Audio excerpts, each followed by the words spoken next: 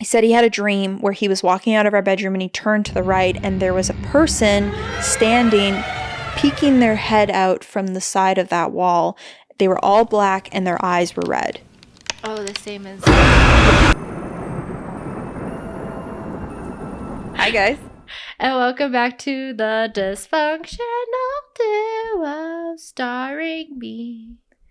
And I. Yes.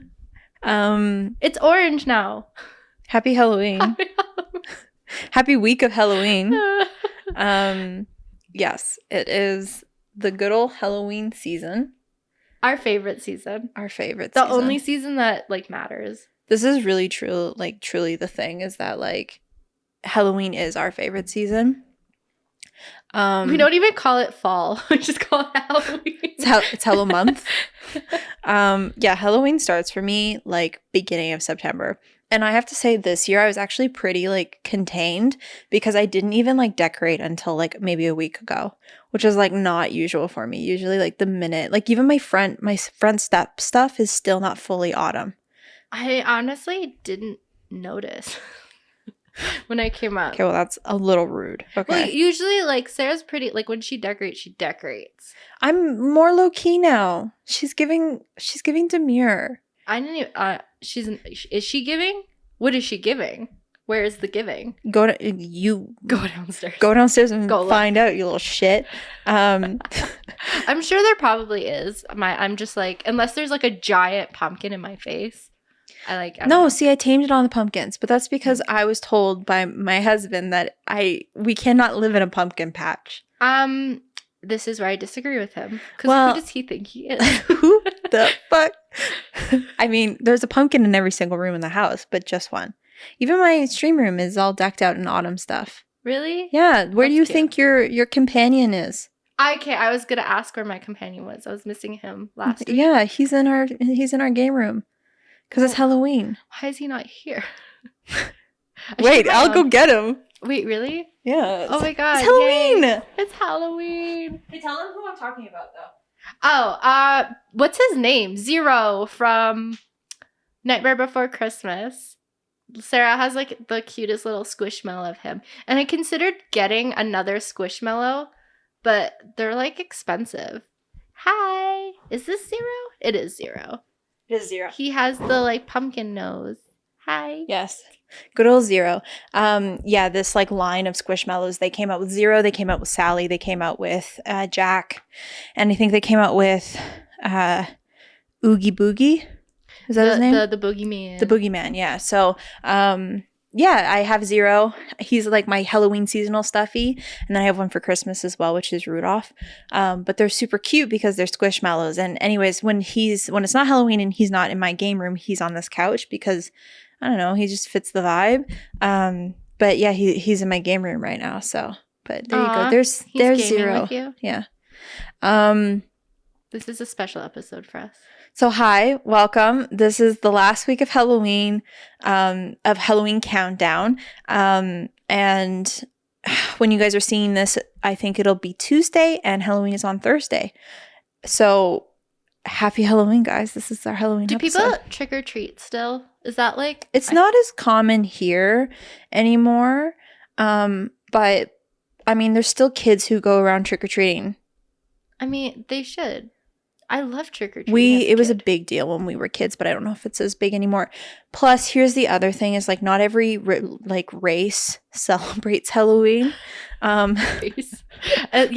Well, like, you know, like in Canada, we're a melting pot of different religions and cultures and races of people. And we have a lot of Middle East people that live in this area. And I don't believe that they celebrate Halloween. Like there's a lot of them that don't. So, and the predominantly white people or, you know, Canadian white people, are kind of becoming fewer and fewer. There's a lot more of a mix of culture. Mm-hmm. And for a lot of cultures, Halloween is considered to be like a satanic day. So like they don't celebrate it. Oh, well, they should. It's fun. It's candy. So where we live, I think that's why there's less people. But like we'll still get like a handful of kids at the beginning, and then it kind of dies down. I have to admit though, the joy of me handing out candy is just, it's not as substantial as like I like to just vibe on Halloween night and just like watch scary movies and like shoot the shit. And you don't want to get like disturbed every like 5 minutes of like ding dong, Well, trick like or treat. here's the thing, like I'll hand out candy for a little bit and then I'll like do my own shit, but I'm also like, I would put out candy if I could, but I also just know that like there's gonna be that one little asshole that just takes all the candy. Did you ever do that? Never. I always followed the rules. It was like take one. That and I was would like literally that only was take like one. sinful. Yeah. That was like you were like the Grinch if you took all the candy on Halloween. You were a dickhead. You totally were. So no, I only, if I ever like really like push the line, it would be like 3 pieces of candy. I never grabbed more than I was supposed to. I was always a good kid. I would get a followed little the rules. handful, but I never poured the whole bowl in my bag ever. No. No way, no how. Mm-mm. But I think at one point I started going during the day to specific areas in Calgary, like Mount Royal, because they would hand out the full chocolate bars. Yeah, you go to your spots.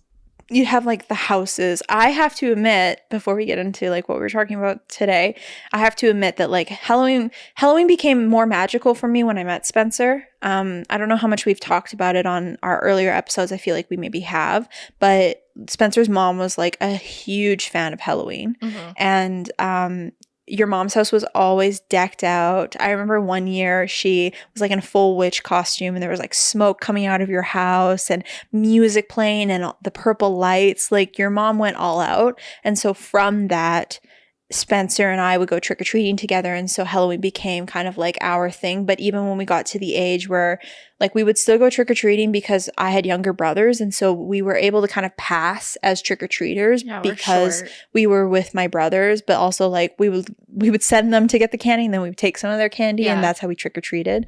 Theft, basically. Yeah, we'd steal their loot. We steal from the littles because they only eat like whatever, like 50 pieces. They don't need that much candy. And the nice thing for Halloween was Spencer and I had such different tastes when it came to candy that we would be able to get what we wanted because we would do a candy swap. So Spencer was really into chocolate and Reese's, and I don't like Reese's.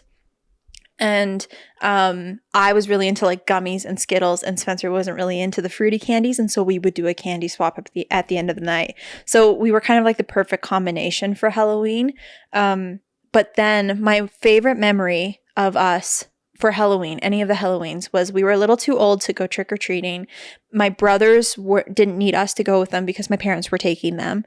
And Spencer and I stayed home at my house, and my mom, like it's a traditional thing for like my mom we would carve the pumpkins and then my mom would roast the pumpkin seeds. So Spencer came over and we were doing that. And then my parents were going to go trick-or-treating, and there was this show that was having a marathon for Halloween called Most Haunted. And it's this BBC British show of this group of people. There's like 6 of them, and I think they go to different places in, I think it's Europe they go. Yeah, they're from the UK. Yeah, they're from the UK, but I think all of Europe, they travel to all these beautiful places, and they basically do ghost investigation. And there's one guy in the group he's like the class A skeptic, and he's kind of like the science guy, and so he's always trying to find what would have caused this thing to happen and trying to find like the logical reason for it. And then there'd be times when he's like, I can't explain this.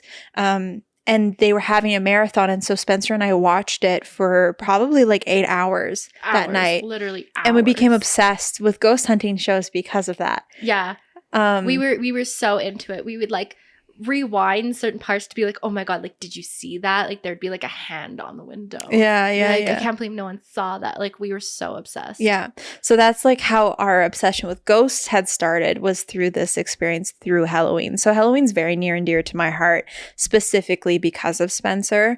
I'll have to admit, Spencer was the one who made me fall in love with the spookiness of Halloween and the creepiness of it, because before I met her, I was terrified of anything scary. When I was a little girl, I was being babysat by a family, and their son, who was only a few years older than me, had ended up like locking me in a basement and then putting on a wolf mask and chasing me around the basement. I must have been like 5 years old. Oh my god, traumatic. And it developed like, you know, people throw around the word trauma a lot, but it developed developed this issue of trauma for me where I was really scared of people in masks. And Halloween is such a big chunk of that because people are wearing Halloween masks. And so even like the Halloween aisle in Shoppers Drug Mart would scare me because of the masks.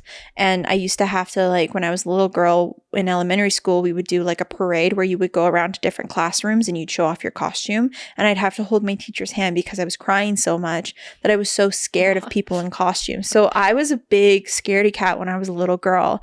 And from meeting Spencer, I think like we've talked about this on the podcast before, but we went through this boot camp of like scary movies where Spencer basically like forced me to watch scary movies. Held you down. Taped your eyes like open. from the beginning of like black and white scary movies to like, you know, Y2K, like The Grudge and like the movies that were big at that time. So like all the slasher films that were coming out.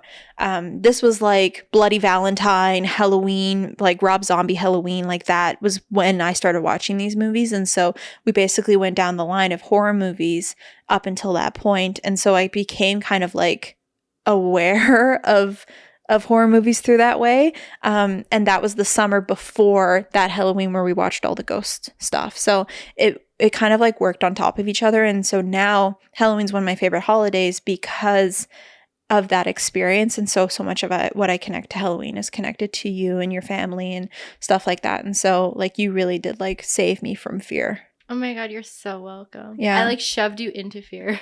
Whereas your family was always really into that stuff. Your mom was really into all that stuff. Yeah. So you always grew up around it. To get into like the ghost stuff, because growing up, it was always weird. My mom was very, very into ghosts. She was always very into the supernatural. Like, I think I've talked about this at times, but she would literally look me in the eye and be like, I'm a witch. And I'd be like, okay, am I a witch too? And she'd be like, no. It's like, word, bitch. Like, slay. Okay. Thanks, Mom. Yeah. But she always believed in ghosts and she talked very openly about it, which I think is why I was just never scared. Mm-hmm. It's because like it was always a conversation that me and her would have. But my dad was very like extreme skeptic. Like anything and everything had a like a reason behind it, essentially. Yeah. And so as a kid, I would see or hear things that would be very odd. And my mom would believe me, but my dad would always be like, oh, it's this, it's this, it's this. So I'm a believer and I'm a skeptic at the exact same time. Yeah. Which like I don't know how you can do that. Yeah. But I've always been really open to the experience. I used to be very open to the experiences because I was a very young kid. So probably around 5. As soon as I could start like having memories, Mm-hmm. I distinctly remember seeing a lot of shadow people. I never saw like full figures. They didn't look necessarily human to me. It would literally be shadows on the wall. And I would watch them move from like one side of the wall to the other and then disappear. So, I mean, like, this is basically the segue into what this episode's going to be about, but we're basically going to talk about our own personal ghost experiences. Spencer and I, Spencer just said it, but like, I'll add on to the bandwagon. Like, we're both big believers of ghosts and ghost stories and stuff. I would say that I am under the impression that there are situations where it isn't all in your mind. I think your own sense of fear plays into it a lot, but I also, I've had my own personal experiences that I couldn't really explain, and there's no other way to explain it other than to be like, there has to be something else going on here. And I think everyone has their own opinion of ghosts and spirits, and some people don't believe it and some people do. Some people have never had experience. Some people have always had experiences. I think it varies from person to person, but I do think that there's so much in this world that we cannot explain, or things that we consider to not be real, and we were proven wrong.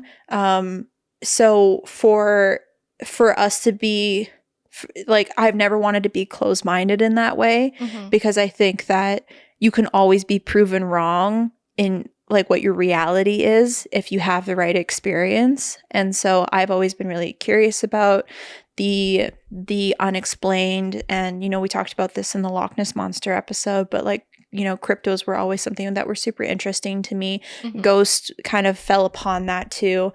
I think that there's some accuracy to it, to varying degrees. And so we'll talk about our own experiences this episode and kind of what's happened in the last little bit.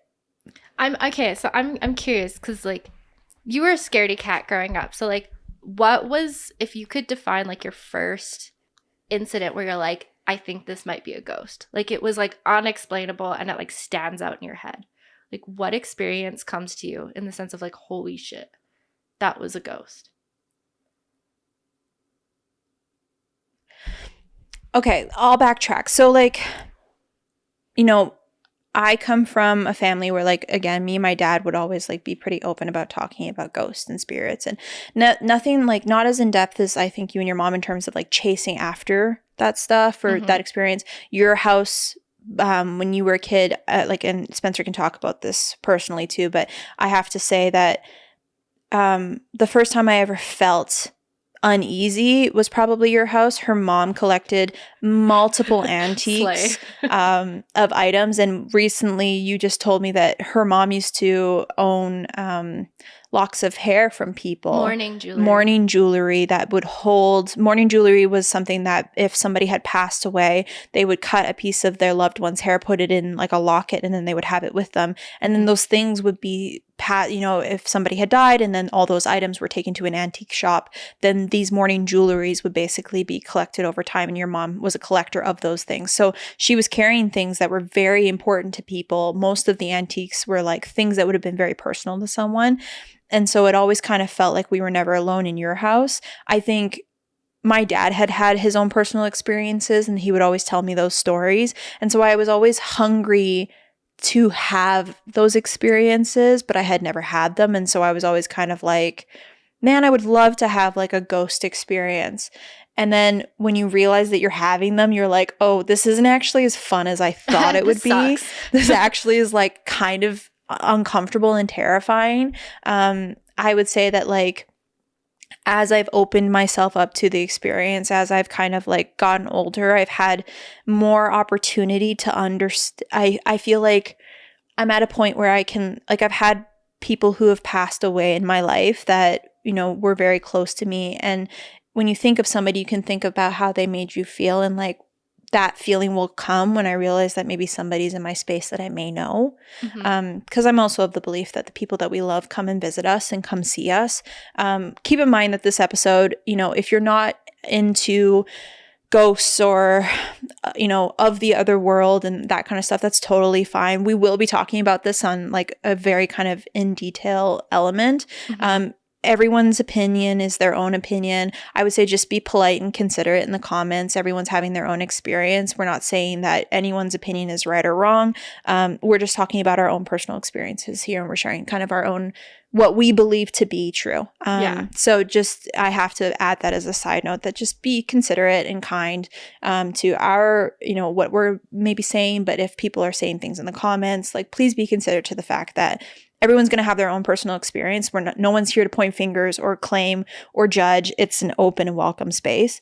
But ultimately, I think like the first time that I really went like, what I'm interacting with has to be something else, was probably when I was in my 20s, like early 20s, and we were living in that apartment building. Oh, fuck that apartment building. I have beef with that apartment building. I want that thing torn down yesterday. Like, fuck that place. That place sucks. And I'll talk about it. But yeah, I would say like I had my moments, but like the first time I ever felt like there was something else was probably like the third or fourth time I entered into your house when we were kids. And I remember you were upstairs in your room. I think your mom had gone out for grocery shopping, and we were so close that I would just walk into Spencer's house, and she would do the same thing. So like I never had to knock, and I always knew Spencer was upstairs, so I would just walk into the house and go upstairs. Like I was so close with your family that they kind of just knew, like I was just kind of like another person living there. Yeah, essentially. And your dad, I think he was downstairs in the basement where he would often work. So I walked in and no one was around, but I felt like I was surrounded by multiple people. The house was busy. I didn't realize it until like later on in my life, when I'm like in more quiet homes, that like I didn't, like, my house always felt like, even if you were home alone, it felt like there was at least 5 other people in the room with you. Yeah. at all times, like Mhm. even in like the bedrooms, in the kitchen, in the But I'll have to basement. say, like, none of it ever felt malicious. No. Like, I felt unsettled because I always felt like you kind of feel like something's over your shoulder, but I never felt afraid. I never felt like I was in danger. I just more felt like when you're walking, it's like when you walk into a room and you don't know anybody and you're sitting in a space and you don't know anyone and you're kind of like, I kind of feel like a fish out of water here. That's how I would always feel. Yeah, I actually had a lot of issues with it as a kid that I didn't realize I had issues with. But late at night, I did not roam the house. No, and when we had sleepovers, I would never, if I, like, you would brush your teeth and you would go to the bathroom before we went to bed, and I never left your room before, like, after that. No. Like, I wouldn't, even if I had to, like, get a glass of water, I would wait until the morning. And like my bedroom was, the bathroom was like right across from my bedroom. Like it was just right there. And even then, like I had such a hard time leaving my bed to go to the bathroom that I would pee my bed often as a kid because I was like I just couldn't bring myself to like open my bedroom door. Yeah. Like I said, like I saw shadows every now and then. Like my dad tells me it's probably like memory error of like seeing things. He's like, you have an overactive imagination as a kid. Like that's exactly what it is. But I have one instance where I was up late on a school night playing with my Pixel Chick.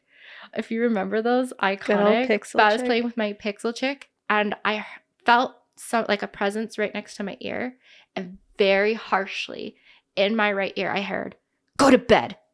And it was so strong that I felt like the bed part, I felt the brush of air as if it was coming out of someone's mouth into my ear. That's crazy. And it scared me so much that I hid under the blankets and I didn't come out until morning. But like I've had multiple times I had people like in my ear like talking to me. I would play sometimes. I played a lot by myself, especially before you came, because my siblings were just so much older than Because me. Spencer didn't have friends. I didn't have friends. My siblings one were liked just so her. much older. It was just I just played by myself a lot. It's fine.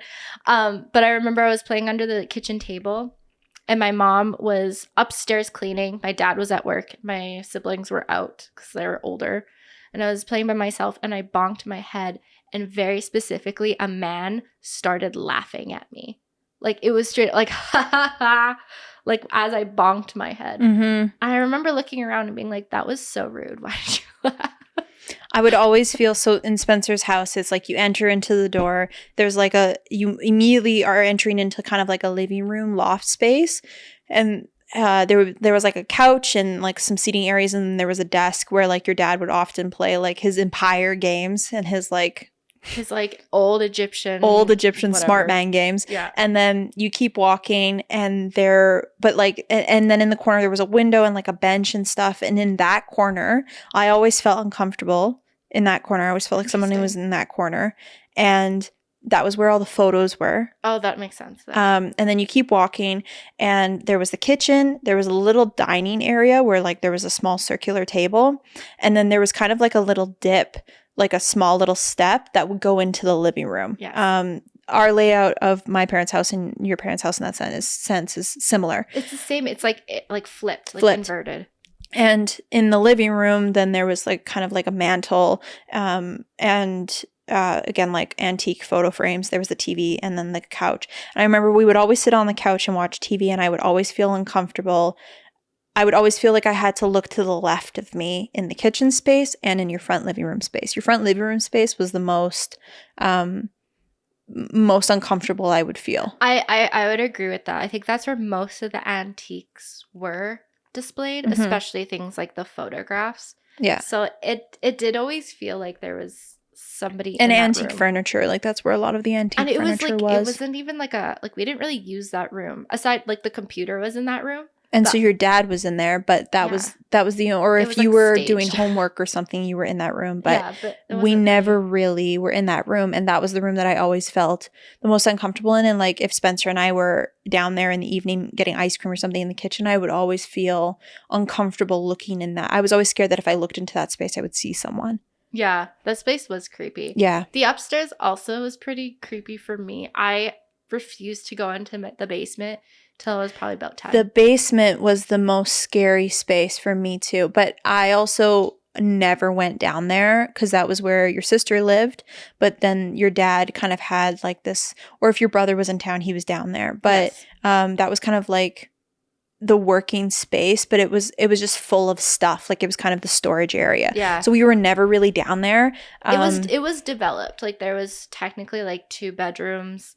There wasn't a bathroom, but there was like a little I don't like tool room. That's where my dad was usually like working. Yeah. And then like the washer and dryer. So it was a developed basement. Yeah. But it was really creepy. Like from the 70s. Yeah. And I would say like your parents' room also felt a little scary to me, but it never felt it more felt like there was things in there, but I never felt like scary. Like I felt more uncomfortable with your front living room more than anything. The main floor was the one space that made me feel the most uncomfortable.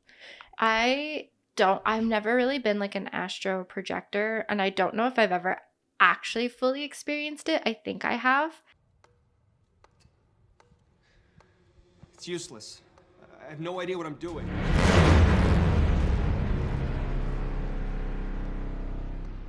But that house, I for sure think that I astro projected. I used to walk into the basement thinking I was actually walking into the basement, and I would go into my brother's room, but he wouldn't be there. And everything looked like it felt like I was going into this room. Mm-hmm. And I remember that I walked into my brother's room, and then I walked through another door, and it led me somewhere. I don't even remember where it led me, but it scared me. So I came back, and then I guess like I like fell asleep again. Like I was like sleepwalking, but I wasn't. I don't know. It's so weird to explain. Mm-hmm. But in this like dream like state, I walked into my bedroom, walked into another door, walked out because I didn't like it, kind of went back to sleep. And in the morning, I was like, why was I so scared of that second room? So I went back into the basement. I was a little bit older, so I was willing to go into the basement. But I walked back into the basement, walked into my brother's room, and realized that there wasn't a door there. And I was like, but I was so convinced that there was. Interesting. To the point where I was like digging through his closet to be like, where's this other door? Like I walked through it. I remember it. It was there. But then it like obviously it wasn't. It was just a room. I would say the one room that I felt the most comfortable in was there was this second room next to Spencer's room. Spencer's room made me feel a little uncomfortable too because she had these China dolls, and I don't love dolls. Connected to the same thing with masks, like anything that's emoting that I can't really, like it's a non-human. There's a term for it, this fear. The uncanny valley. The uncanny valley of it, yeah. So she had this very large China doll that I didn't like, named Annabelle. Coincidence. And you had quite a few China dolls in that room, but next to the room was this loft that had a daybed. That's where we would often have our sleepovers, and we would play the most in that room. And ironically enough, that was the one room that had the least amount of antiques.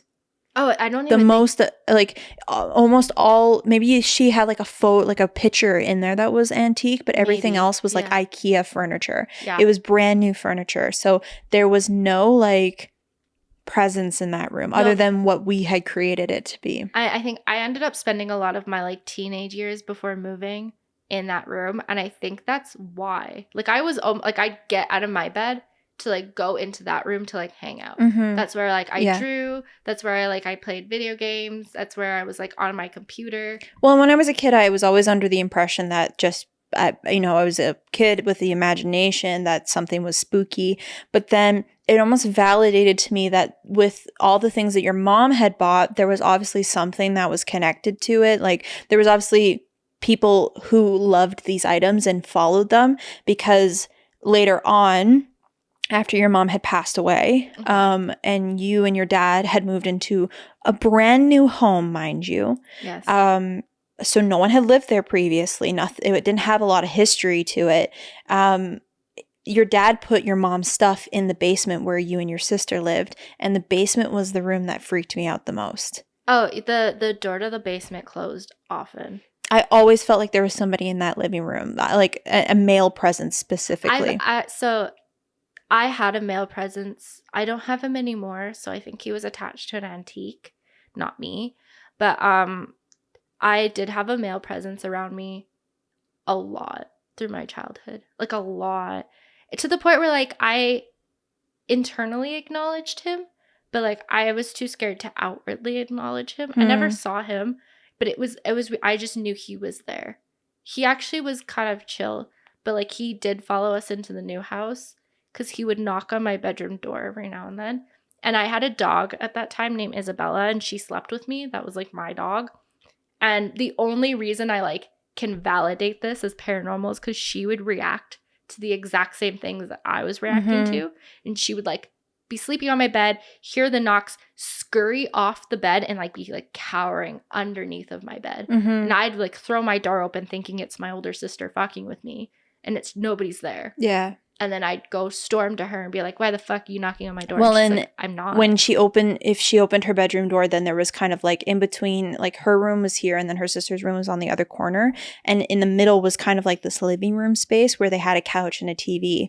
And I remember I would always feel so uncomfortable. But it was like, there was like a little pony wall, like a little ledge where you could put stuff where the couch was up against. It wasn't a full on wall. So you could technically see into Spencer's room if you like looked over this wall. And I remember always feeling like somebody was standing behind us. Yeah.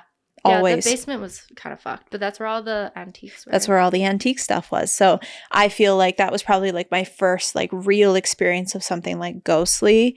But yeah. I even look back sometimes and I'm like, I had like the shadows for sure. I can like still see, like as if I'm like reliving that moment. I can see those shadows on the wall, but I always still second guess myself.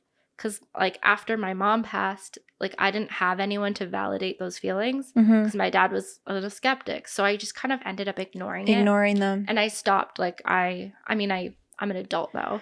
But Well, and that's what I believe is, like, if you ignore it, then, because, like, people always say that, like, when you get scared and when stuff happens, more stuff happens around you. So I'm of the belief that if you're not feeding into it, then whatever's around you is not going to, unless it, like, really is adamant to get to you, especially like something evil. It's like if you're not giving it the reaction that it wants, because this is what I believe, and I know that a lot of people and ghost shows and stuff talk about it, but like they feed off your energy, right? Like if you're gonna react to it, then it's like a bully, right? Like if a bully is bullying you and you respond to what the bully is doing, then the bully's gonna be like, yeah, I'm gonna keep bullying you. But if you don't, like that's what your parents would always tell you, right? Like if you don't feed into the bully will leave you alone because you're not giving it what it wants, like what this person wants. I feel like it's probably the same thing because ultimately, like I'm under the impression that ghosts are fucking people. So, if you ignore it, then nothing's gonna happen around you. So I think that like a lot of people are probably like, yeah, nothing happens, and it's like, yeah, because you're not paying attention to it, which like. Pop off, yeah, for sure. Like don't pay attention. Don't Honestly, pay attention to it. It's better that you don't. Yeah, they're annoying, but I would say like that was probably like my last experience until I got older and I was in my 20s, and then we were living downtown where I had like my ghostly experiences. Every now and then something would happen in my parents' house where like my mom had a cat who.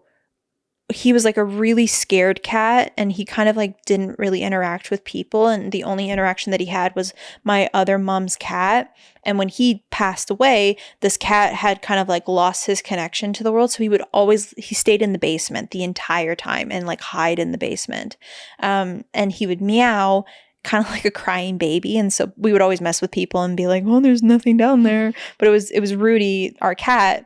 And like I never interacted with Rudy because he was scared of me. He only ever really would talk to my mom, if that. But like he was a very frightful cat. And I think he lived till he was like 18. And the older he got, the more he kind of like lost his like sanity, which is really sad. Like this poor cat, like I feel so bad for him. But there was nothing that anybody could really do for him.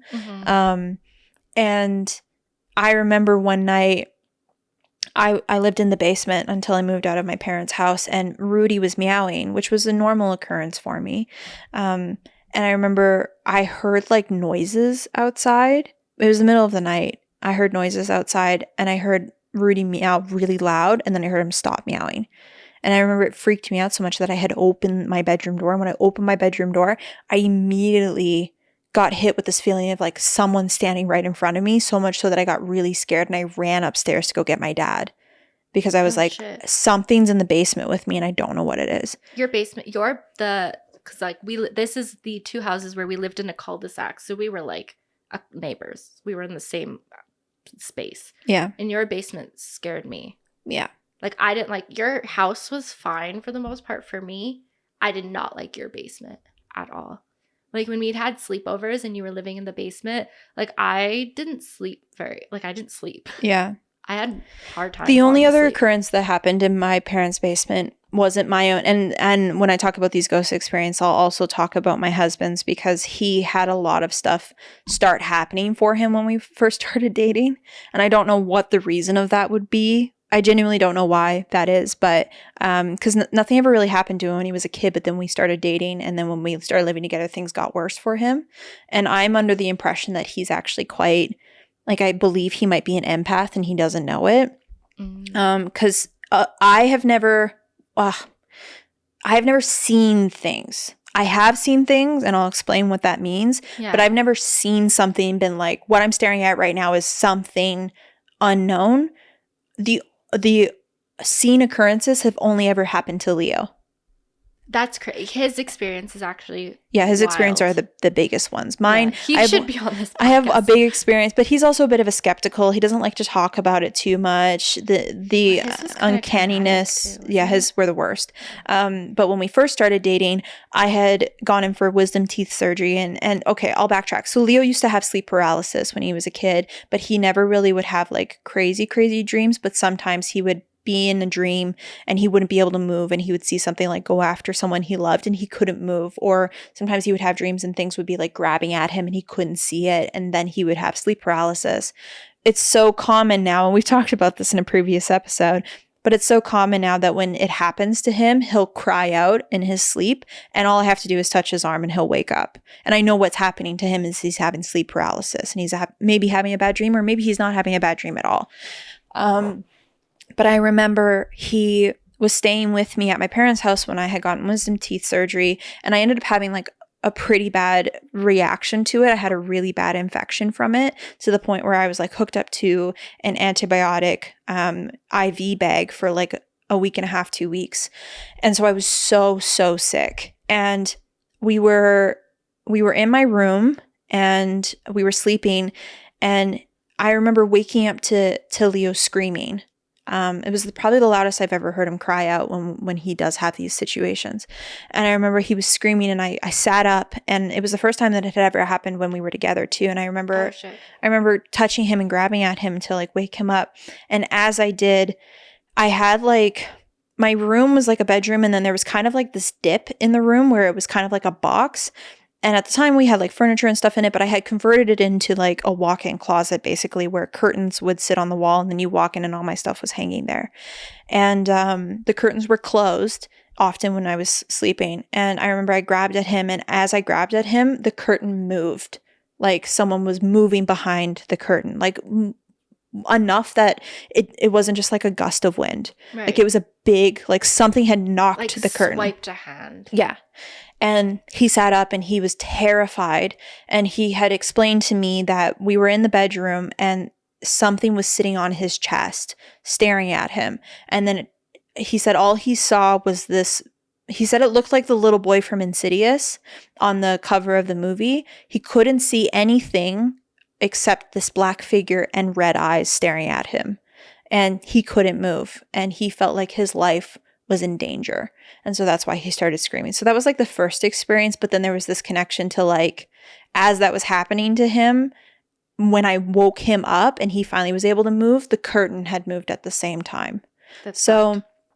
that was like probably like the first and like only experience in my parents' home. Do you have any other experiences, or do you want me to dive into? My last big experience that like was significant to me before the apartment. It was about 2 weeks after my mom. I might have talked about this.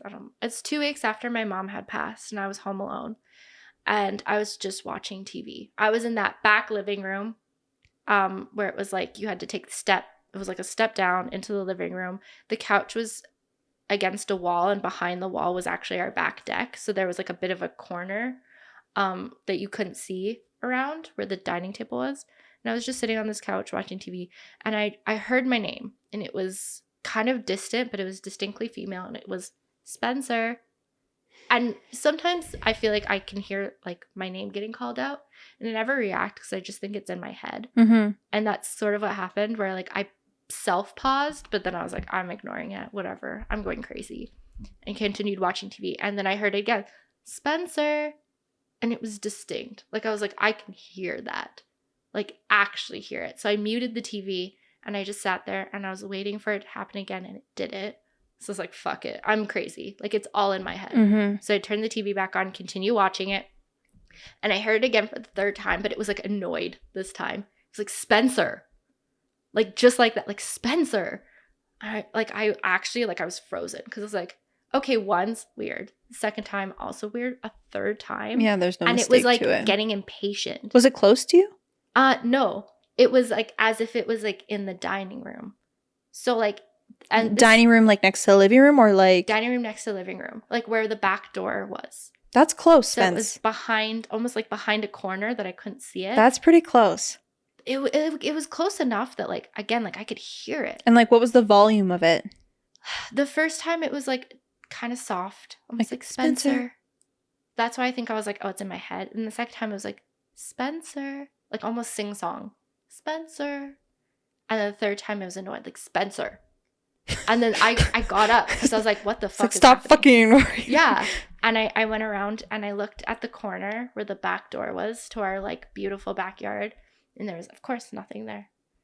And I never heard anything again. Interesting. But that moment stayed with me because I actually think that was like my last pretty close encounter with my mom. I think that was actually her being like, I'm leaving now. I have to go. I love how she's annoyed at you. Yeah, because she was calling me and I wouldn't go. She's like, I may be dead, but I'm still your mother, damn it. You fucking come here now. But it was so distinct. And Did to it sound like your mom? Not necessarily. It sounded like a woman. Like I don't know if I could like pick out the voice now. It was like generic woman. It was pretty soft too. Like it Interesting. wasn't loud. But it was enough that I was like, I'm here. Like I could hear that. Like that's not in my head. I'm hearing it. And Yeah. It happened 3 times. And to this day, every time I dream of my mom, it's in that spot that I went to go check. We're always by the back door.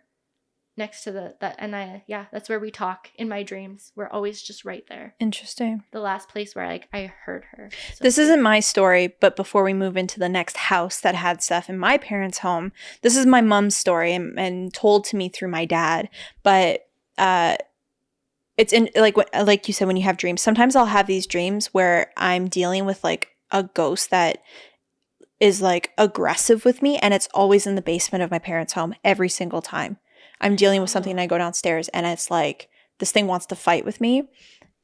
Anyways, side tangent. Might just be my mental health, but when we first moved into that house and I was a kid, my mom was in the basement, and in the basement the room hadn't been built out yet, so a lot of it was unfinished.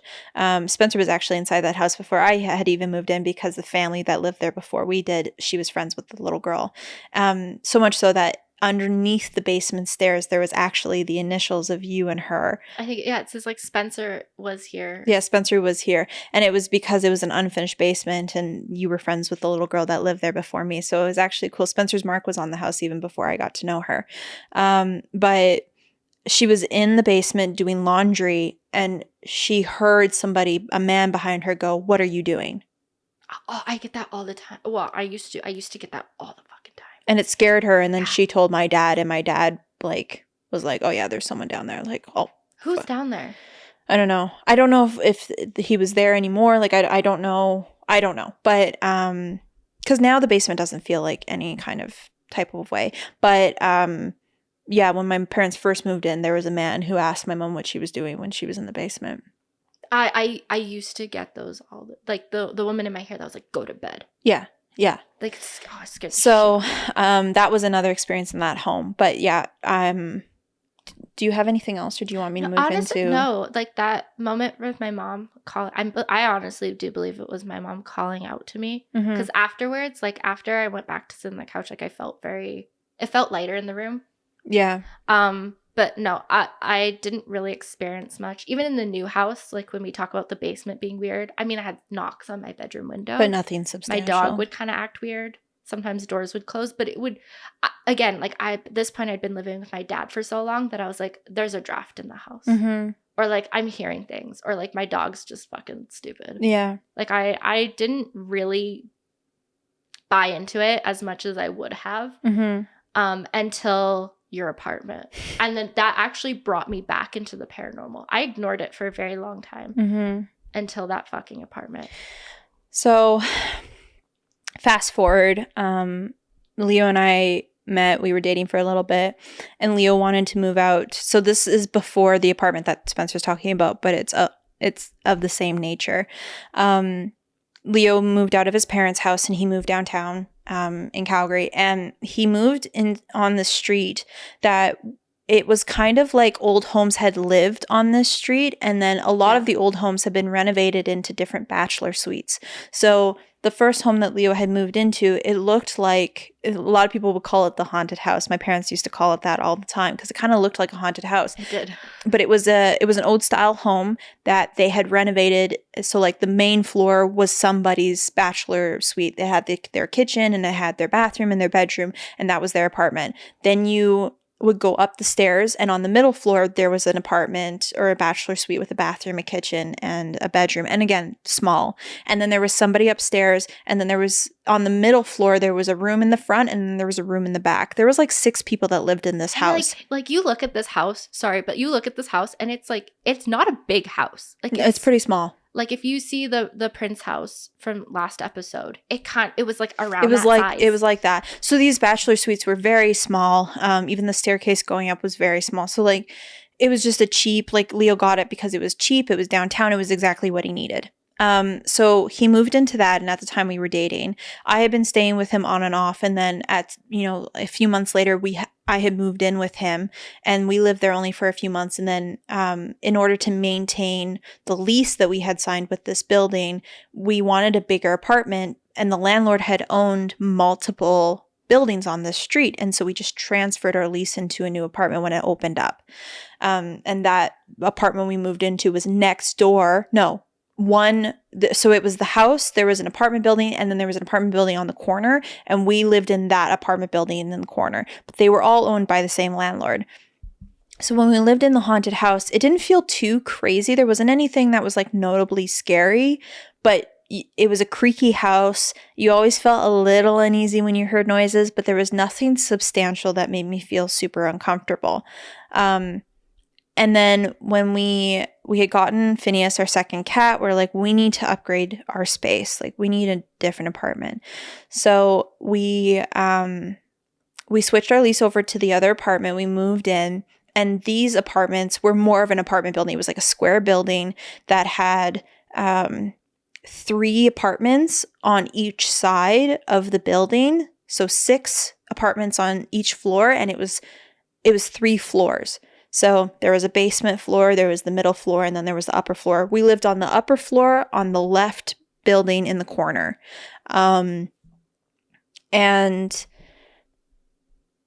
it had 2 doors on either side of the building that you could go into. It kind of had the back door that led off into the alley, and then it had the front door that led onto onto the main street. Yeah.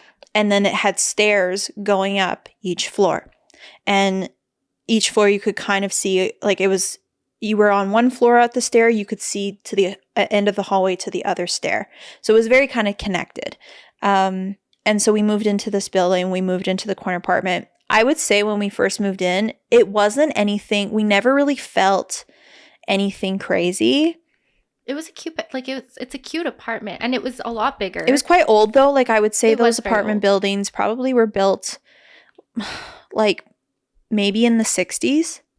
Yeah. I think 60s is when those buildings were built. So they were old enough that like people had come, and these apartment buildings were cheap. And so, you have young people living in and out of these buildings, moving and leaving. Like people were always kind of moving in and moving out. Like it was very common. But it was never like, there was nothing ever substantial that would make you think that this place was haunted. And that was the most interesting thing about this building, was when you looked at it, you weren't like... It was very unsuspecting. Looking at it. Super unsuspecting. Very unsuspecting. And as time went on, you sometimes would feel a little weird. I will have to say the one thing that building that came back to me and I only knew this feeling because of your house, was that it always felt like you weren't alone. It always felt like you were walking through a crowd of people, that somebody was looking at you, even though you were alone in the apartment. Yeah. But nothing substantial had really happened for a while. And then slowly but surely, things started kind of happening. The first one that was of note, and they were small things that you would happen and you would be like, You wouldn't even think about it. You'd be like, oh, whatever. or you'd be like, did I just, no, like I didn't just, nah, like whatever. I just, Gaslight yourself. yeah, like you think you would see something and you'd be like, okay, whatever. And then it slowly got worse and worse. So the first occurrence that happened was we were on the upper floor, and it was the way the apartment was built. You could hear somebody walking down the hallway from your apartment building. And it was like 9 p.m. at night, and I was in the kitchen and I heard someone running, booking it. Someone not heavy, like maybe a kid, size of a kid, running from one side of the hallway to the other, like multiple times. Doing laps, like full on running. So I'm thinking someone has a kid. You couldn't really hear any noise. You couldn't hear a kid laughing. You couldn't hear anybody talking. All I heard was somebody running from one side of the hallway to the next. And you hear do do do do do do do do do do do do do do, and like 30 times. Enough that it was like rhythmatic in my head, that I knew that they were going to start running back. And I was like, what the hell is that? It's like 9 p.m. at night. Like, who the hell is running? So I just kept letting the running going. Like, I didn't look. You're minding your business. I was minding my business. I'm like, somebody has a kid in the hallway. Like, trying to get energy out. Yeah, it was like a Saturday night. I'm like, oh, okay, maybe somebody has guests over. They got a kid. On like the 40th time, I opened the door to look and see, and just a little bit. I just cracked it open a little bit just to see who, or no, not yet. I looked out the little viewfinder on my door just to see who's running, because I'm like, who is this kid? This kid's got a lot of energy. You've been booking it for a while. And I heard it and I didn't see anything.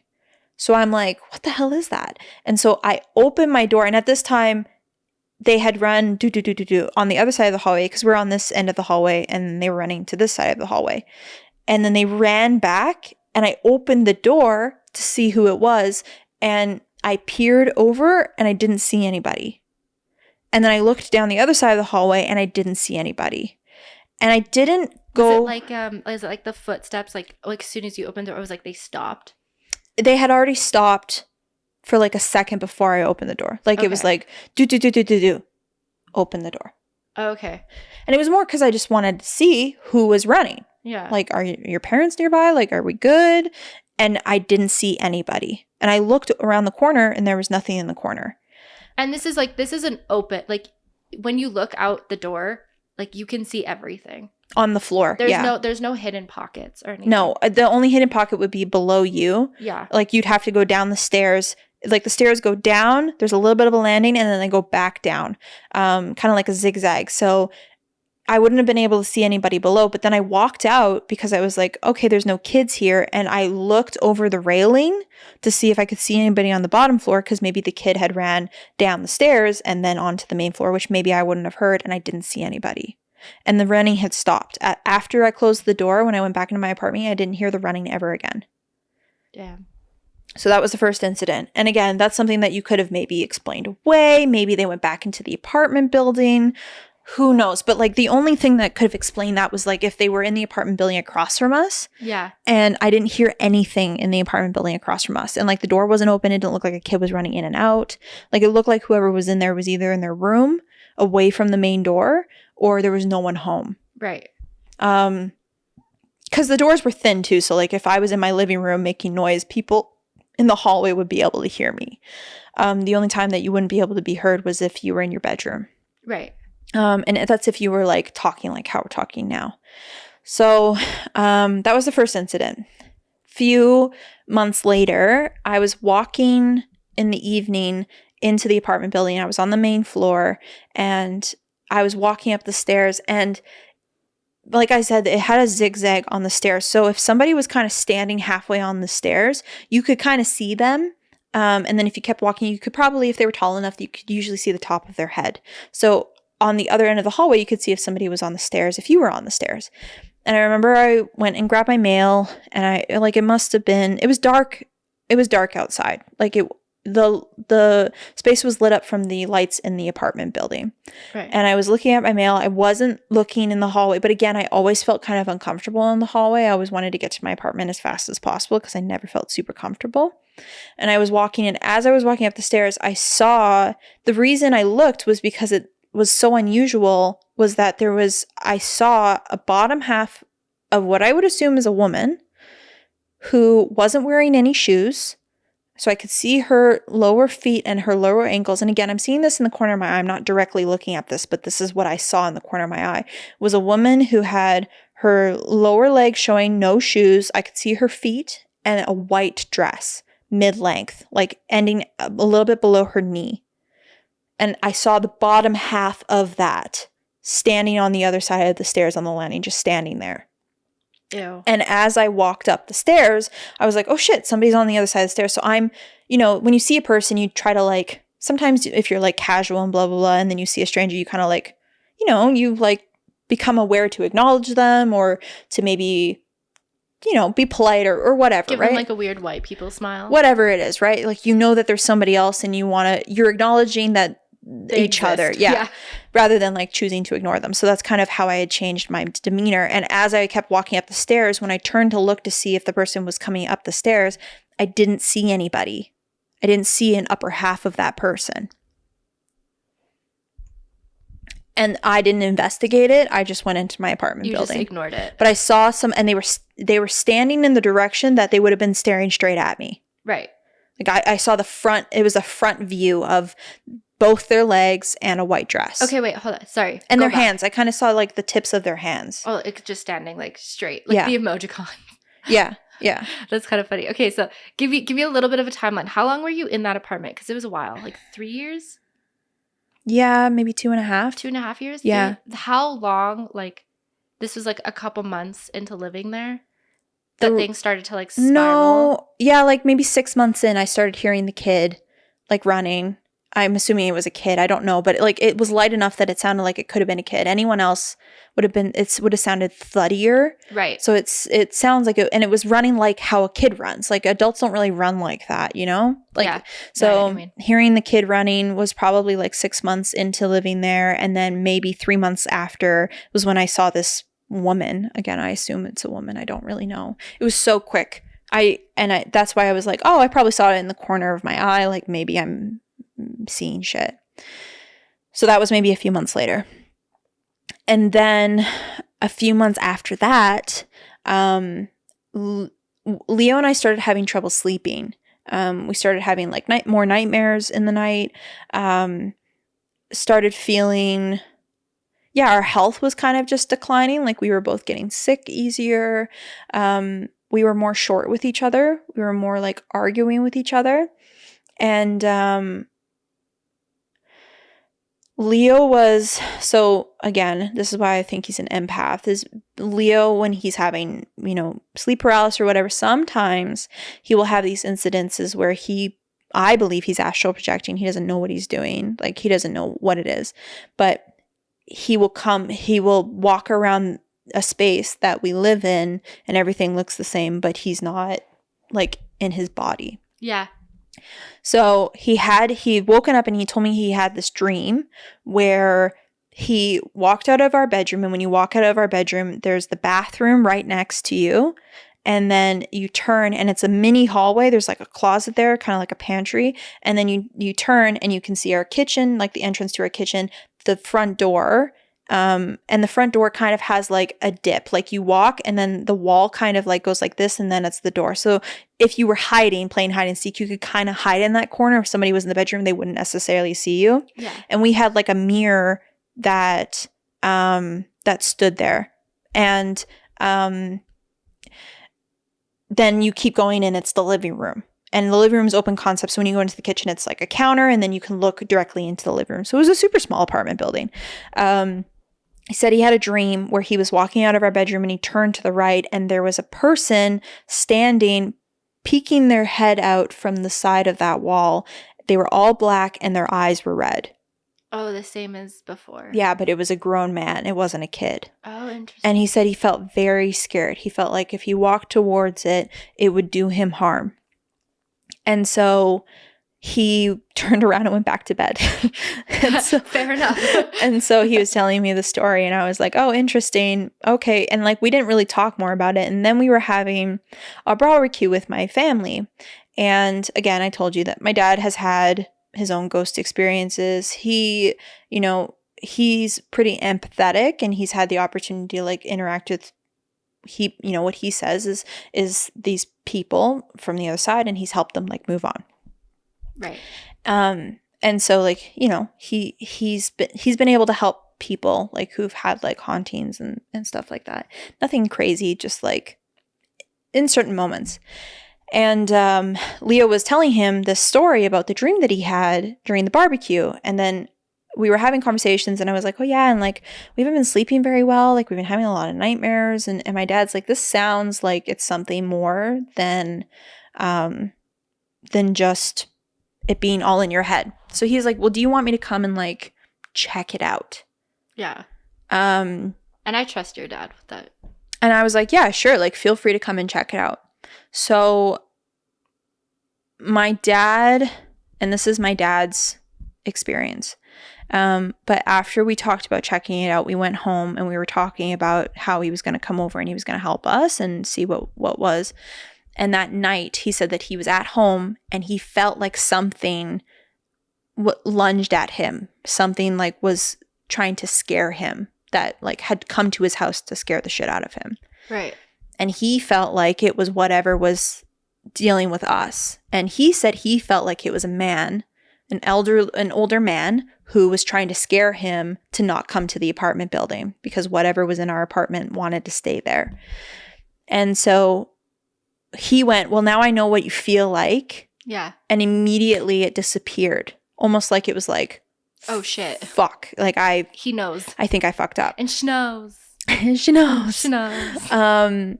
And so he came the next day. And let me add to this that the one space in this entire apartment building that scared me more than the hallways, this room always terrified me. It was the one space that I did not like being. There was a laundry room in our apartment building on the other side. So if we were on this side, on the other side in the basement, it was the last room in the corner. There was like a little door next to it as well, like kind of like a small closet space next to this. And I think it was storage under the staircase. And this laundry room had 2 washing machines, had some old appliances and stuff, but it was very decrepit. It was like very scary. I would get locked in that room sometimes. Sometimes the door would close on me and then I would get locked in the room.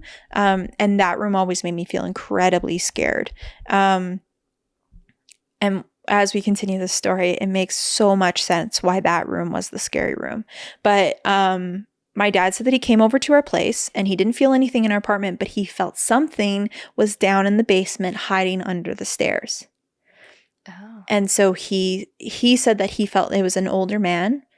And yeah, after that, he's like, I don't think this thing's going to be bothering you anymore. We never felt this male presence again. But whatever it was trying to scare us. It had been around us for a little while from what we felt. I will note too, and this was something that was super interesting, was the day that I got off the call with my dad and we were talking about how he was going to come over, was the one and only day that Leo became aggressive, like he didn't hit me or anything. Like he's such a sweet human being, but it was the one time that he fought with me for no reason at all. And it was about the fact that my dad would be coming over. And like, I will testify on Leo's behalf that like, he is not that man.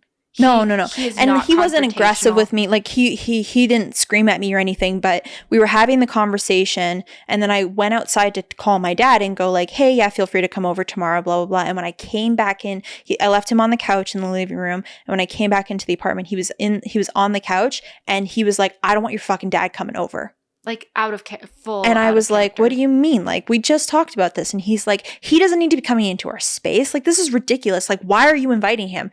And I was like, whoa, Not at all, dude. Leo. And like, it didn't feel like I was having a conversation with my husband. And because I think that he's empathic, and a lot of people have said that when they speak to mediums and somebody's speaking to people through a medium, they'll change their presence into something like someone else, like they'll behave a little differently. And I'm convinced that who I was talking to was the man that was in our building. I think so. Was And this he was not happy that we had invited my dad to come over. before or after my experience? Before. Because No, I can't remember. I can't remember the timeline either. But I do remember this apartment. I literally helped you move in to that apartment. It was cute. It was old, but it was cute. The first few times I was there, I don't really think anything happened. Like, you might have like offhandedly told me like, oh, like this was kind of weird. But I think we both were like, oh, whatever. Like, it's an old apartment. Like, ha ha ha. I think we both might have just kind of like brushed it off. Because at this point, like, it's been years since like I'd had quote unquote seen or experienced like ghostly activity. Yeah. So like I was like probably full skeptic at this point because I don't know. I just didn't engage in it. And then at one point, Sarah asks me to like cat sit and to like stay at the apartment while Leo and you went to Mexico. Mexico. You went to Mexico, so I stayed at your apartment for a few nights just to like hang out with the cats. You stayed for like a week. I did. It was probably the most traumatic experience of my whole life. I'm not even like I think you might have like told me certain things and I would have been like, that's fucking scary. But I wasn't like staying at your house initially. Like I was like, I'm not scared. Like I have experience. I'm also at this point skeptical. So I'm like, it's whatever. Mhm. Whatever happens, it's like, I'm not too scared about it. It was actually a traumatic experience to me. And the thing is like nothing definitively happened to me. But during the day, I was pretty fun. Like I would cook, I would watch TV. I'd hang out with the cats. I'd play with them. It was pretty okay during like, I think I was in school or was working. So I'd drive to work, come back. It was like fine. I didn't super love being in the hallways either. As soon as I entered the building, I was pretty quick to like go upstairs to the suite because I didn't like being in the hallways. But Yeah. I just assumed again, like it's an older building. You do get that feeling of being like in a crowded space, but I was like, it's musty here. Like, And it feels like everyone notices you. Like that's the feeling. It's not like you're in a space and no one's acknowledging you. It feels like you enter in a room and everyone stops talking to stare at you. but That's how that would feel. I wouldn't even walk. Like, I don't think I ever saw your neighbors. Like, very rarely. Yeah, it wasn't common for you to run into people. Everyone was just kind of not. to themselves. It was not common. But you felt presence in there. And I slept, like, you only had the one bed, so I just slept in your bed. And I had to keep the door open because you have cats and they kind of like running in and out. Yeah, you can't close the door on them. They'll have a full-on temper tantrum. And like during the day, fine. They will start a war. They will start a war. They will literally start a fire. Yeah. During the night though, like as soon as the sun went down, I have never experienced that level of anxiety. I wouldn't say I'm necessarily like an anxious person. I can feel anxious, but I don't suffer from anxiety. I had anxiety. I had to sleep with the TV like on the whole night, or else like the silence would start whispering. I can't even explain it, but the silence would start whispering. I couldn't have, like, I had to keep lights on because if I turn them off, sometimes when the dark can almost look static, it would look like I'd be sitting in your bed. I would turn the lights off to go to bed, but I couldn't close my eyes. I couldn't will myself to close my eyes. I would just stare at the open bedroom door that just faced into like a small hallway and then like a closet. But the black static would start like moving. Yeah. And it's like, I'm not seeing anything necessarily, but like I can fucking feel it. Yeah. It was actually the most traumatizing feeling because it's just like. Would the cats sleep with you? No, they didn't really sleep either. I felt your cats didn't. They were very active during the night. Like they were constantly running around during the night, which like they're cats. So like Phineas had like our neighbor downstairs must have hated us because Phineas is a galloper when he runs. Yeah. And he gets the zoomies and he will run all around and he would make such a noise. But yes, I will say that in that apartment, they were more active at night there than they had ever been anywhere else in our home here in this house. In the apartment we lived after, they were most active at night in that apartment building. And like all night long, it felt like whatever presence or whatever it was that was standing, it was just outside your door. I don't think it ever entered the room. I think it maybe tried to, but I don't think it ever actually did. It felt like there was a screen door because your bedroom door was open, but there was like a screen door, and it couldn't get past that door for whatever reason. But it was fucking there and it was watching me. Sarah, like, I'm not even joking. I'm getting like upset thinking about it because like it got to the point where Phineas threw up on a blanket. Bless his heart. It sounds just like him. That's not paranormal. Just cat. Just a cat. He was thing. running too much and he had eaten and he went bleh. Yeah. Yeah. Like He still does that. I came home from work or whatever and I saw the vomit, and this was like near the end. So like I was just exhausted because I wasn't sleeping, and I was like, honestly at this point I was like, I can't wait to go home. And he threw up on the blanket and I was like annoyed. I was like, ugh, whatever. I'm going to clean it up because I'd rather you come home to a clean house. So I wrapped it up.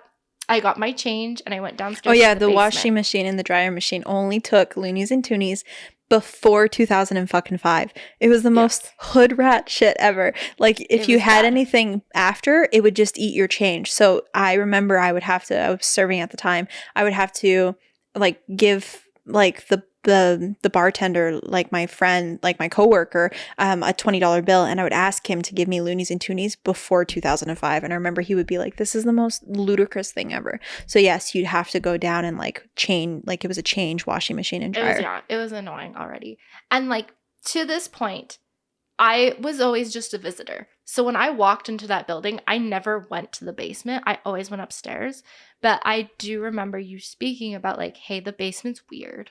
Like, you would talk about how weird the basement was, and I'd be like, oh, LOL, that's funny. I don't know. Like, I just didn't. It was always it. And it's the basement. And it wasn't a basement, but it was kind of like the lowest level. And so I know it was probably like, maybe this is why. But it was still on the, or was it? I mean, it was under it was below ground level. So the windows that they had, it was like a basement style window. Yeah. But they were still pretty big windows. So it was like half of their apartment was like underground, whereas the rest was above. But that floor was always like 15 degrees colder than the rest of the building. So I went down to that floor because I knew that's where the washer and dryer was. And immediately, it was like I'm like, yes, it's like the last floor, but that whole floor felt darker. Mm-hmm. Like physically, like the light just was not there. I felt very uncomfortable. Again, that anxiety that I was feeling at night came back, I went into the washer and dryer room, and I had I was basically sobbing. I had a panic attack. It was just the worst feeling in the world, and I just felt so unwanted. I felt so horrible. I felt bad about myself. Yeah. And it was like a split feeling of just like all these negative, horrible emotions, Mm-hmm. to the point where I grabbed the blanket and I drove an hour to my parents' house to wash it for you because I just couldn't be there anymore. This is why she's my best friend, because no one would commit otherwise. Like I would have been like, if it wasn't you, if it was anyone, I'm like, you have puke on your blanket and I'm sorry, but your house is haunted. So like, I didn't fucking clean it. Like, yeah, I appreciate it. And I remember when we came back, Spencer told me all this stuff and I wasn't necessarily surprised, but I felt horrible that was her experience. And I will say that is probably after that was when things started to kick up a notch. All of a sudden, things started happening more often. I didn't like engage with it. Like I knew it was happening to me and I felt it, but I never engaged with it because I was honest to God terrified. Like I was scared.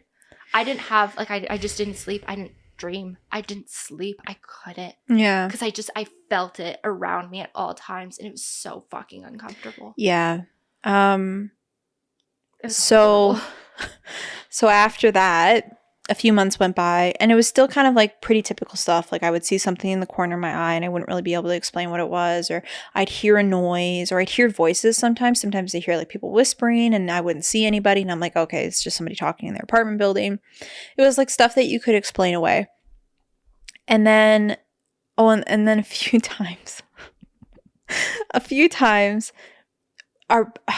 because of how our apartment was insulated and stuff, and I would have pretty hot showers, after you would have a shower in the bathroom and you'd open the door, the steam would dissipate throughout the apartment building and the windows would kind of fog up. And on several occasions, and I kept that apartment relatively clean. It was a pretty gross, like it was an old apartment, so like the insulation was kind of falling apart and stuff. But I worked hard to keep it clean. I would wipe the windows and like I worked hard to keep it as clean as I possibly could because I like things clean. And on several occasions, I would find a handprint up against our main window's glass, but just one. And we never put our hands on those windows because they were so cold, and it was where our cats would hang out. So like there was no need for us to go over there. And I'd be like, oh, weird, like maybe Leo put his hand on it or whatever, and I would wipe it away. And then I would clean the window, make sure everything was good, and then it would happen again. And that happened about 5 times. And the last time it happened, there was 2 hands, and it was like they were dragging down the glass. Like the steam had caught hands sliding down, and then the hands at the bottom, and they were 2 hands, and they were like left and right hands. Oh my gosh. So that would happen. Like there was little things like that would occur. And then the only other thing that happened before like shit kind of hit the fan was one night I was having like an emotional night, and I just needed to go outside for a breath of fresh air. And so I was kind of crying outside.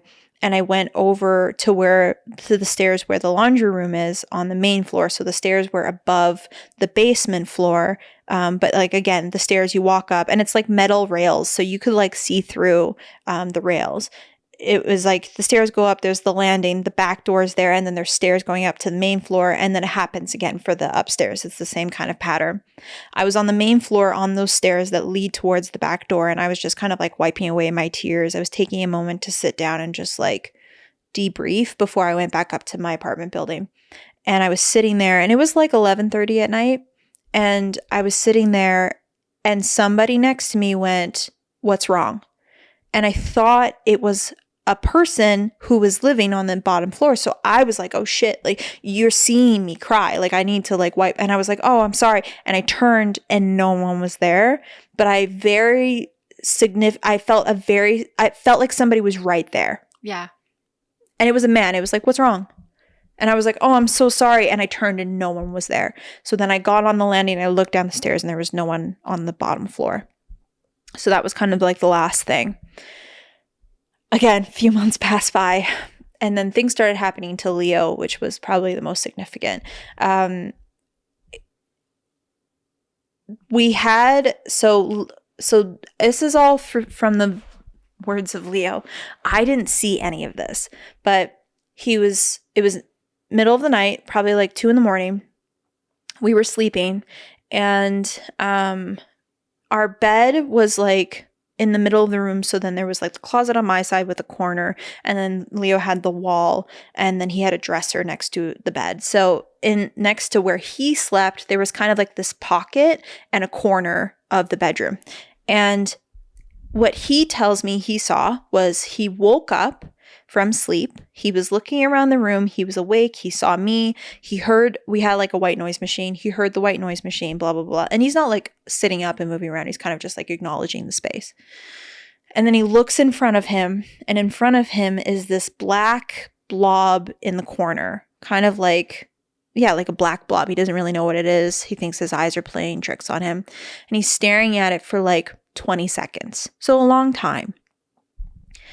And he's kind of like, what the hell is that? And then he said he saw it move. He said he saw it twitch a little bit. And when he saw it twitch, he moved his head to be like, what the fuck am I seeing? And then it turned towards him and acknowledged that he was seeing it. And then it lunged towards him.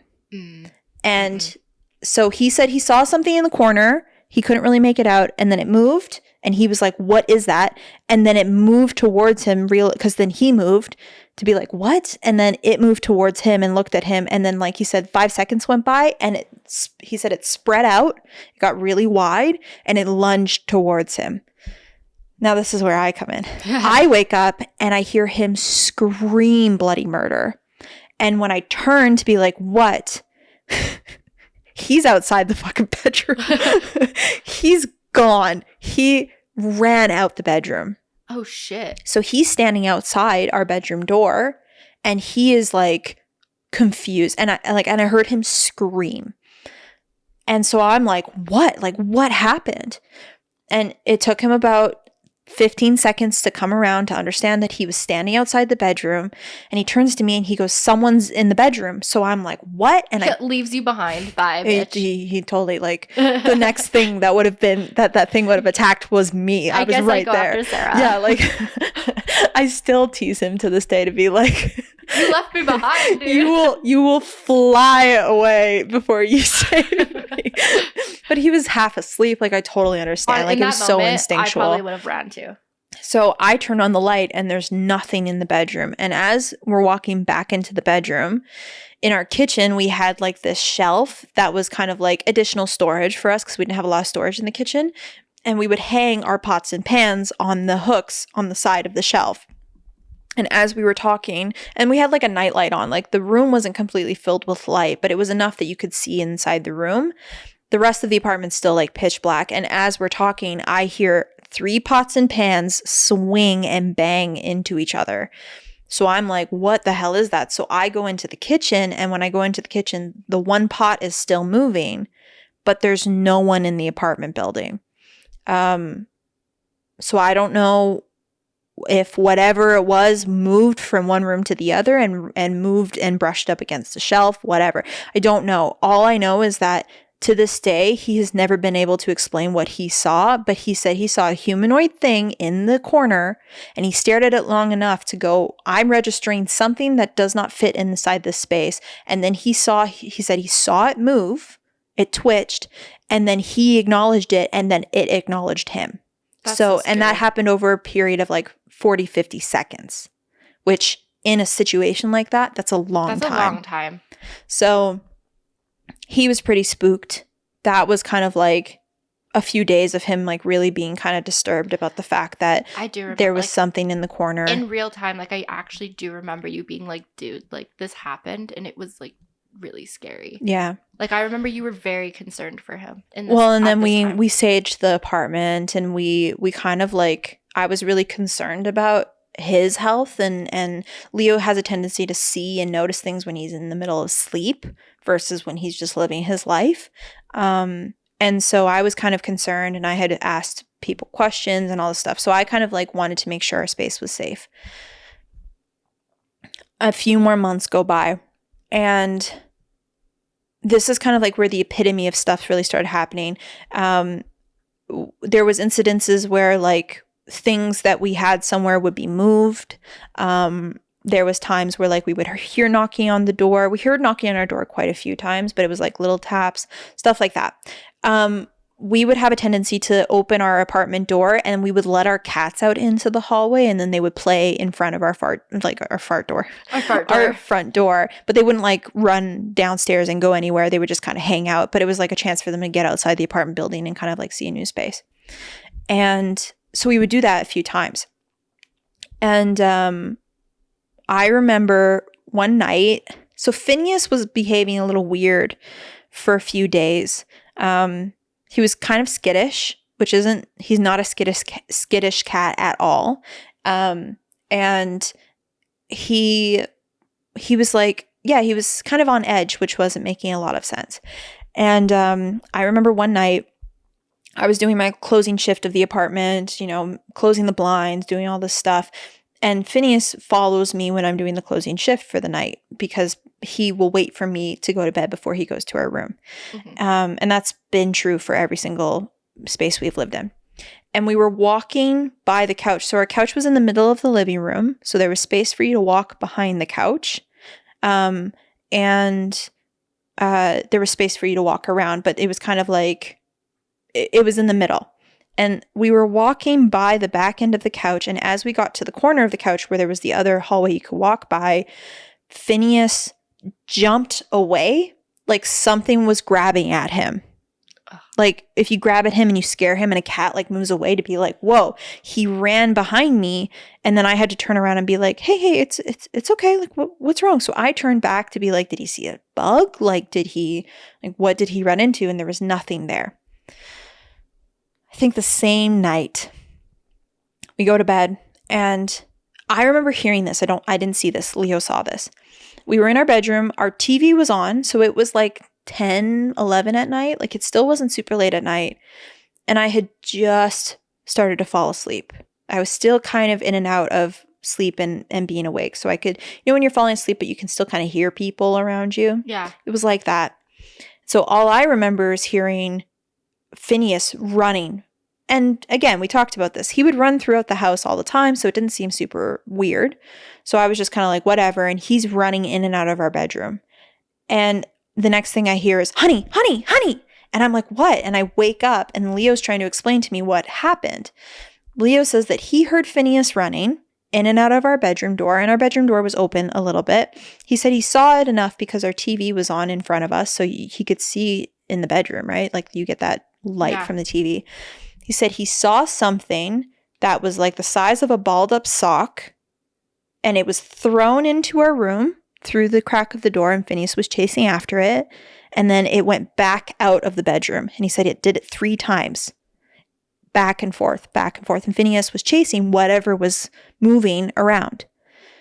And he said it didn't look like it was a bat or something flying. He said it looked like a ball, and it was coming in and out of our bedroom. Interesting. And Phineas was chasing it. And the minute Leo screamed and stuff, Phineas started meowing and coming over to us. Like, he was like, what? And Leo couldn't, we didn't see it again. Leo's half asleep. I'm half asleep. Leo told me what happened, and I was like, "Go back to bed." Like, I don't care. I didn't even be like, "Oh, wow, that's interesting." And I didn't really understand what he was trying to tell me, because he was like, "Did you just see that?" And I was like, "No, I'm sleeping." Yeah. And I'm like, "Whatever." And I rolled over and I went back to bed. And then Leo went back to bed. And the next morning, when he got up to go for work, he said he looked throughout the entire apartment to see if he could find something that Phineas was playing with. He couldn't find anything. And then he explained to me what he had seen. A few days later, like a day later, I'm sitting on the couch, this couch to be exact. This is the couch that was in our apartment. I'm sitting on the couch watching TV. The cats are sleeping on our desk in the beds that are on the desk. And so they're like facing me. And like I said, there's space behind me. So, if Leo came in, like, he would be behind me. And I remember seeing the cats sleeping, both of them popping their heads up at the same time. I didn't hear anything. I was just watching TV and I was like, oh, like, what are they looking at? And then they both turned and looked above my head and like stared at above my, like, they were like staring at something. And I immediately, without questioning, just stood up. Like, I didn't even turn to see what was behind me. I immediately went, nope, I'm getting up and I'm walking away from whatever's behind me. And I looked and there was nothing. I got up, walked, and then I turned and there was nothing. The last kind of significant thing that happened was a few days later, in the middle of the day. I think Leo's home. In the middle of the day, I was in my bathroom. So it's my bathroom, it's our bedroom. You walk down the hall, there's the kitchen, there's the living room. And in the corner at the end of the living room is a cat tree where the cats would often sleep. So if I'm in the bathroom, I can't see inside the bedroom because they're like this to each other, but I can see to the end of the hallway where the cats are sleeping on the cat tree. Yeah. So just remember that. I'm in the bathroom, I'm watching like YouTube. And like, I'm not kidding. It was like the middle of the day, like 1 p.m. And I just wasn't working that day. And Leo was at work. And I was doing my nails, I think. I was doing my toenails, and I was at the counter getting like my equipment and stuff to like do my nails. And I hear in our bedroom someone say, "Sarah." See, no. Full volume. If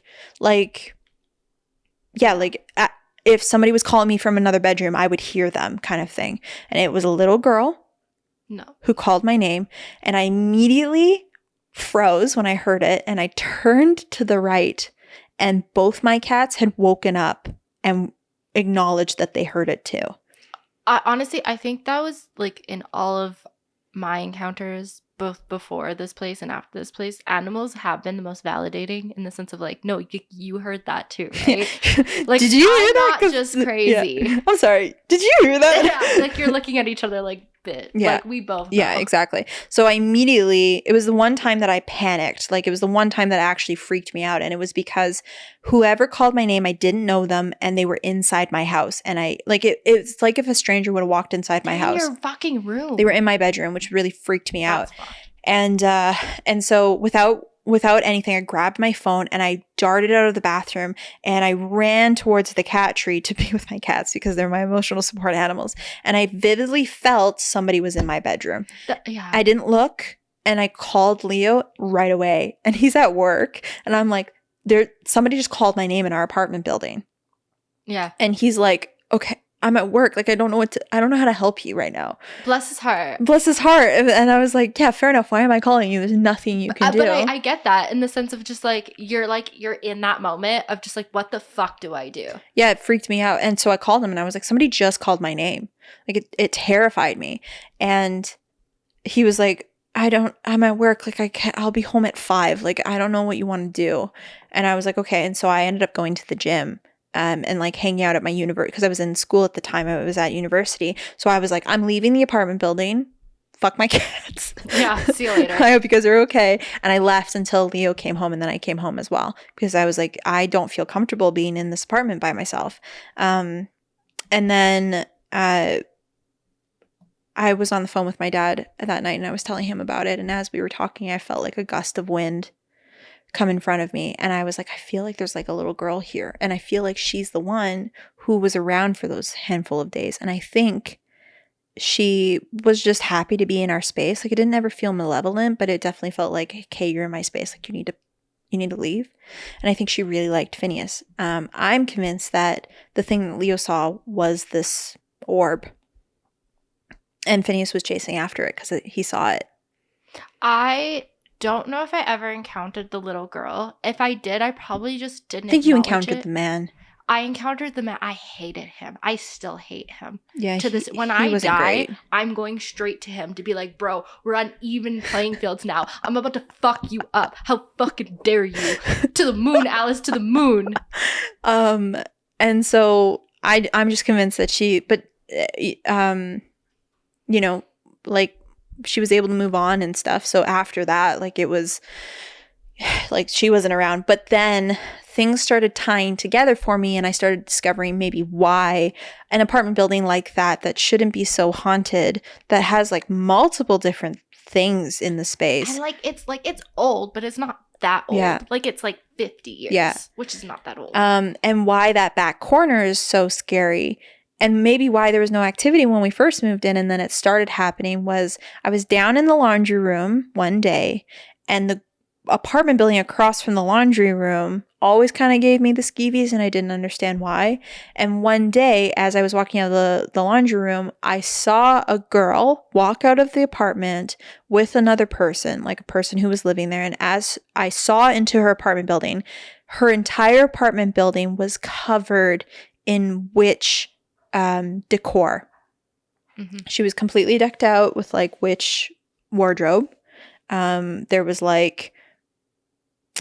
I don't know what the symbols are, but there were symbols all over her apartment building and her apartment building smelled like herbs. And so I immediately went, she's probably a witch. She's doing witchcraft. And she's probably doing witchcraft and she's probably doing seances and she's probably calling things into this building that she doesn't know she's calling in. Yes. Because why else would these things come in here, not know how to get out? The laundry room next to her apartment building is the most active space. Yeah. It was like a box of energy where you felt the most uncomfortable and it was her apartment building. Yeah. And so I immediately realized that the reason that space was probably so haunted was because there was a person doing witchcraft in that building. I when you said that or when you found out and you told me, I was like, first of all, because again, it was outdated more than it was old. It wasn't that old of a building. And during the day for the most part, it was very unsuspecting. Yeah. But there was times where the hallways were suffocating. Yeah. During the I still to this day I can put myself in that memory of sitting on your bed, Family Guy's playing in the corner, Yeah. and I'm just staring doe-eyed at your open bedroom door at static darkness. Yeah. I'm nothing's there. I can't actually see anything, but I fucking know it's there. Yeah. Sorry if you're hearing noises in the back. It's not. It's not ghosts. It's my husband. Yeah. But like that place was weird. Yeah. It was weird. But that's kind of like the last, like after we moved out of that apartment building, which wasn't that long after that, everything stopped. Oh, for sure. And I haven't had an incident since then. Have I had incidences? Maybe, kind of, sort of, but like super small things. Like I acknowledge that like something weird happened in my brain, but I just don't act on it. I don't physically acknowledge it. I just let it happen because I'm like, it is what it is. Again, like I kind of grew up around it, and I think I gave up on it after my mom died. I also think she does block a lot from me purposely. Yeah. Which is why, like, when I was staying in your house, like, whatever Leo was seeing could not reach me. Because I think my mom was probably just there. Yeah. Or my guardian, whoever it was. I think I have someone that, like, genuinely does follow me and guide me. But that place was actually, like, low-key traumatizing. Later, when Sarah was in her, like, newer apartment, so not before this place, but in South Calgary, you went away again and asked me to watch the cats, and I was like hesitant. And this is a brand new building, and you were like, Spencer, like, it's fine. Like, it didn't follow us. It's fine. Yeah, but and it was fine. But it was. I had a great and it was time. a brand new apartment building. That was when we really realized that what we had experienced in the previous building was something that we couldn't explain, because when we moved into it was a brand new apartment building. It had just been built. No one really lived there when we first moved in, and I felt nothing. Zero. It was like a vacant space, and that was very quickly when we realized, oh, that place was haunted. It almost like it validated that back experience, like the other apartment. Yeah, you're like, this is what it feels like to just be in a space. Yeah, where you just inhabit. Yeah, and you're just here, like you're just living in it. Whereas like that other place was like you were not the only one there. Yeah, exactly. So I mean, like, those were our experiences that, like, I haven't had anything happen since. So I would understand if people were like, you're over dramatic, but like I know what I know. I feel what I feel. It is what it is. Like, you can disagree with me, but I know those experiences. Honestly, I think I would be more of a skeptic if it wasn't for that old apartment. I'm so glad I changed your life. Right? I hope, like, shouts out to the old apartment building. I hope you still standing, babe. I hope people found enjoyment though. Yeah, I do too. I mean, this was a longer episode for sure, Sorry. But this was your wonderful Halloween episode, and I mean, we'll be bringing more stuff like this in the future. Like, we're not limited by Halloween, but I definitely thought it would be a good opportunity to talk about our own experiences, and so I hope you liked it. If you resonate with anything, or you have your own experience, and that's what I was just gonna say, is like, throw them in the comments. I genuinely love hearing people's stories of what has happened for them and their own personal experiences. So I would love to hear your own experiences. If you're curious about, like, watching more of us or seeing where we're at, our amazing editor is going to put our socials here. You can either find us at _the -dysfunctional -duo, or you can find us at dysfunctional -duo on TikTok, Spotify, Instagram, and YouTube. And yeah, like, we're going to be swinging into November stuff. I don't even know what we're going to do in November, but we're one step away from Halloween and one step closer to Christmas. So I hope you guys have an ooky spooky Halloween. Yeah, happy Halloween. Happy Halloween. And we will see you. Stop doing witchcraft if you don't know what you're doing. Period. And maybe, landlords, if you know a place is haunted, just put it in your notes for people who are moving in. That would be fantastic. Actually, maybe don't, because then you're never going to get people to move in. I don't know. There's some weird people out there. There's some people that are like, I like to fuck around. That's true. We'll see you guys next week for a new episode, and have a great weekend. Have a great weekend.